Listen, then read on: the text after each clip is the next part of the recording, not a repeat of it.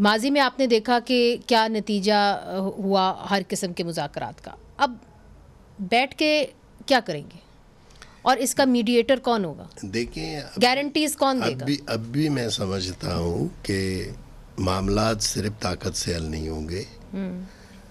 रियासत को इस बात पर गौर करना चाहिए, जिस तरह बलूचिस्तान है, बलूचिस्तान को समझने की ज़रूरत है। और बलूचिस्तान में आप जो CBM आपको करने की ज़रूरत है आपने नहीं की है, उसके नतीजे में सूरत हाल मज़ीद ख़राब हो गई है। कौन सी CBM नहीं की? देखें, एक तो CBM में मैं समझता हूँ ज़रूरी है कि आपने बलूचिस्तान की जो पॉलिटिकल पार्टीज़ हैं उनको स्पेस देना होगा।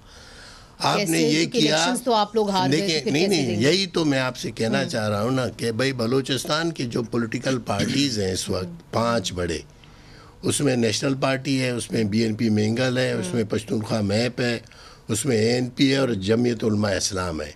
ये 5 ऐसी पार्टियां हैं जो बलूचिस्तान की हैं, जो बलूचिस्तान के लोगों की, बलूचिस्तान के अवाम की बुनियादी तौर पर नुमाइंदगी करते हैं। जब आप किसी मसले के हल की तरफ आप सोच रहे हो तो सबसे पहले आपको वो स्पेस बहाल करना चाहिए। आपने तो ये किया है, इन तमाम पॉलिटिकल पार्टीज़ को दीवार से लगाकर इनकी पॉलिटिकल इलेक्शंस तो नहीं कर सकते ना। नहीं, मैं नहीं कह रहा हूँ, लेकिन ये आपने किया है ना, जो आपने किया है वो आपको भुगतना पड़ेगा ना।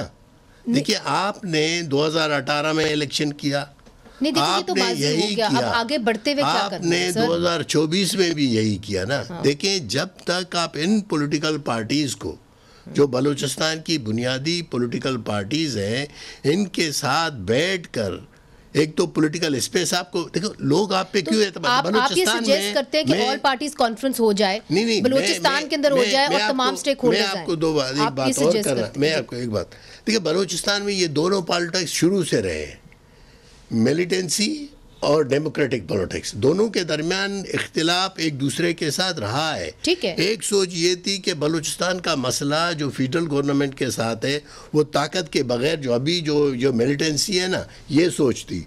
दूसरी सोच गौस भाई बिजनजो की थी कि भाई नहीं, हम बलूचिस्तान को पॉलिटिकली जमहूरी तरीके से डेमोक्रेटिक पार्टियों के साथ मिलकर सबके साथ बैठकर इन मामलात को हल करने की तरफ जाएं।